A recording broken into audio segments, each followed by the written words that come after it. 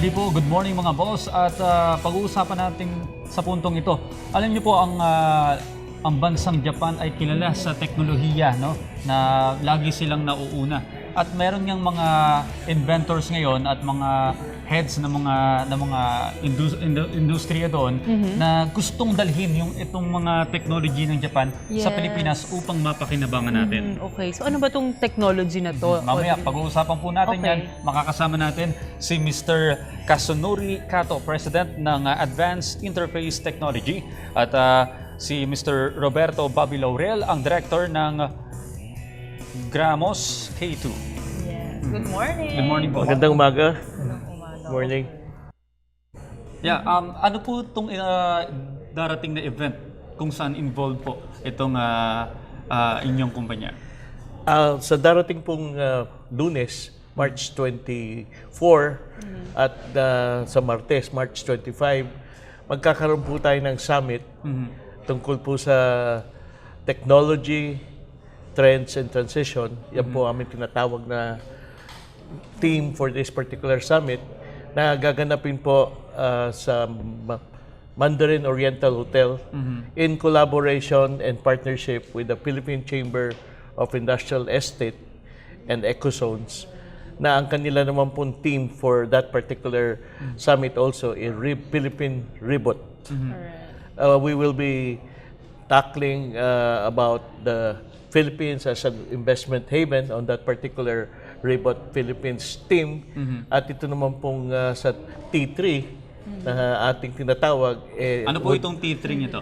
This would deal with yung pong mga semiconductors issue, information technology, like problema po natin sa environment.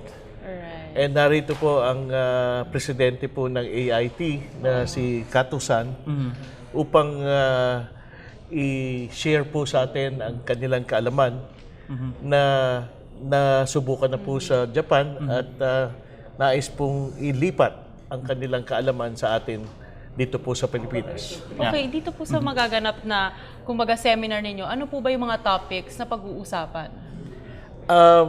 Kagaya po na nabanggit ko, tungkol po sa semiconductors, information technology, sensors, environment, more on wastewater treatment system, kung paano ang mga pamaraan, and pananaw ko po si Kato-san ang mas mapagpapaliwanag ng iba po mga topics na Again, Mr. Kato-san, good morning. Good morning. And speaking about technology, what technology are you planning to introduce here in the Philippines? Yeah, I have 3 or 4 ideas, and then already I asked the specialists or professors of a university in Japan. And then the first one is the semiconductor technologies. And the technology is going to have some of facing a turning point, and then we would like to introduce this kind of transitions, what is happening.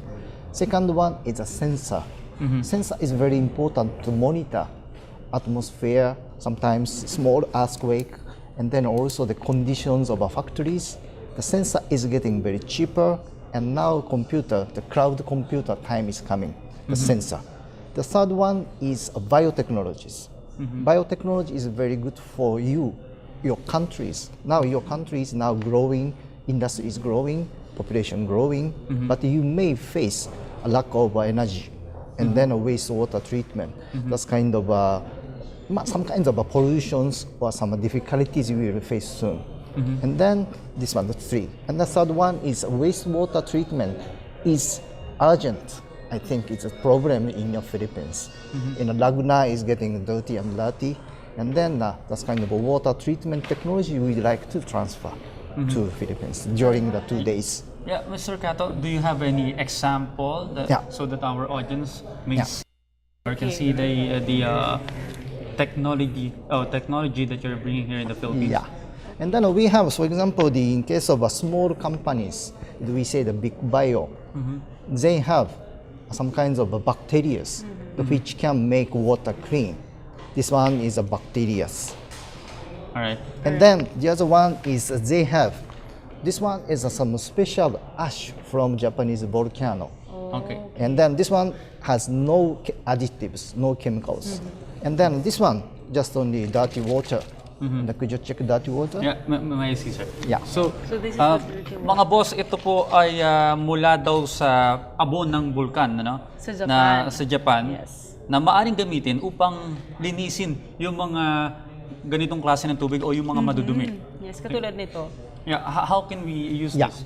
And then this one is a dirty water, and then the soil inside, and then a tap water, and then this one. It's like a river water. And this one is just a tap water, but river water after cold. All All right. right. Yeah, that's okay. why. And then this one, small amount of ash here.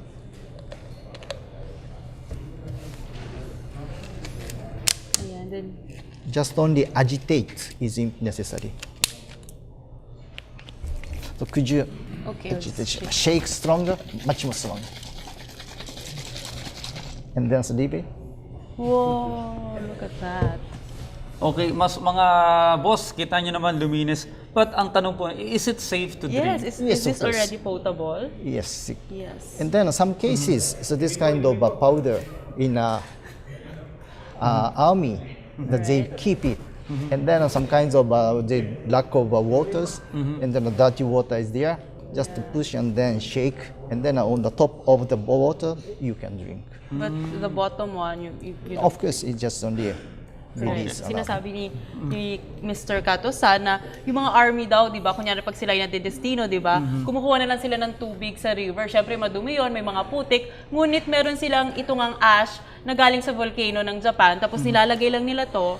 Tapos yan nalilinis na yung tubig and now they can drink it. Ito, ngayon pwede na namin na mamaya nga. Inumin ni Carla. Susubukin inumin ni Carla. Unahan niya ako. Okay. So, Ayun. sir, what It's amazing. else? Are there any technologies that Yes. you want to introduce to us right now? Yeah, and then second one, this one is biotechnologies. Yeah, And then this one is a sensor. Sensor. And then we say the MEMS sensor is a very small electromechanical systems. E is electric, M is mechanical, S is a system. And then Mr. Maeda is a very famous guy in these areas, this industry. He's a doctor. And then, for example, they make this kind of a small wireless sensor, which is attached to the To the chickens. And then sometimes we have some kinds of diseases of a chicken. They have a fever, and then almost all the chickens should be killed and then dumped. And then it's better to check the temperatures of the body temperatures with the wireless. They can get some kinds of strange temperatures coming, their body temperature is changing. We can catch through the MEMS sensor. Okay. Wireless. So this kind of a MEMS sensor also is very important for you to get a lot of information, to monitoring the circumstances. Yeah, for example, a foreigner is coming here in the Philippines. We could check or monitor if he's affected by a disease like H1N1 Yeah, or of a course. Yeah, flu yeah. virus from a chicken. Yes. And also this kind of a sensor can be used industry also to checking the energy consumptions or temperature controlling. And then if you keep it too hot, maybe it's better to make some kinds of a circulations. This kind of a sensor is one of the tools, but it's very useful to improve the situations in the factories or farm. Sometimes weather forecast. If you have a lot of sensor on the buildings, your much precise weather forecast you can make it. And then before, the cost is expensive, but now sensor and the receiver and the computer system, and then it's better to utilize existing technologies in Philippines. How does this technologies help Japan? Yeah, we are doing a lot. However, some cases, I said, this kind of technologies we would like to introduce to Vietnam or Philippines or Indonesia. So because country by country, culture and then infrastructure situation is much different. And then Japan, infrastructure situation is very well arranged. And then this kind of a sensor is completely centralized. And then electric consumptions, water supply, wastewater treatment. In Japan, we have a very well arranged infrastructure already we have. But in the Philippines, just growing, and then it's still not so well arranged. So I think it's better to use this kind of a sensor in Philippines. Do you happen to introduce this to the Department of Science and Technology? Yes, already we contacted the department DOST and DENR, and then we already contacted to introduce. Are they going? Are there any from those departments going to that summit? To the summit. Yes, in fact, they have signified of sending several of their scientists and staff to the summit on Monday and Tuesday. And likewise, we are trying to get some people from the DNR also to attend, and hopefully they will be able to confirm within the day or tomorrow. Ayan, maganda na discuss na nila to sa DOST at ngayon nga kumukuha sila ng mga tauhan or ng representative from DNR para makita rin itong teknolohiya na makakatulong nga sa ating environment. Ito po bang summit na ito masusundan pa sa ibang parts ng Pilipinas? Opo. Hopefully, kung papalari po tayo, sundin po nating summit, gaganapin sa Bisaya, most likely sa Cebu City ho, and probably sa Mindanao naman, maybe Cagayan de Oro or sa Davao City. So, Mr. Kato, Yeah. basically you are targeting the fast-growing cities here in the Philippines. Yeah, but also you have a lot of land, local cities. And then we'd like to introduce some cases, this kind of a technology will fit in the Manila areas. But the other technology like water purification, maybe some local and then the river, it's necessary to use. And then for example, this kind of sensor, in Japan, some convenience store, they have 7 sensors in 13,000 convenience store to reduce the energy consumptions. So those kind of examples we would like to introduce to you. Okay. Sir Bobby, bilang panghuli na lamang po, yung mga interesado sa summit na ito, paano po nila ma-reach or makukontak kayo? Opo, maraming salamat. Doon po sa gustong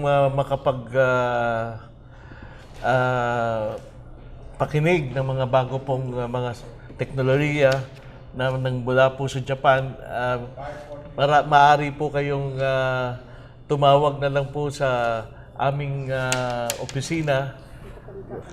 At ganun din po, nandyan po sa television pa natin. At ganun din po, may just register on-site sa Mandarin Oriental Hotel sa Lunes at sa Martes po. Maraming salamat sa inyo. Okay, maraming salamat po. And sir, any last message to our viewers? So anyway, so let's study together. And then it's the first step. And then you can add your own value in Philippines. So let's study first and discuss. Ayan, at nakasama po nga natin ngayong umaga si Kazunori o Mr. Kazunori Kato, ang President ng Advanced Interface Technology, at si Mr. Bobby Laurel, ang Director of GRAMS K2. Maraming salamat po. Thank you. So Maraming much salamat. for your Magandang umaga. time.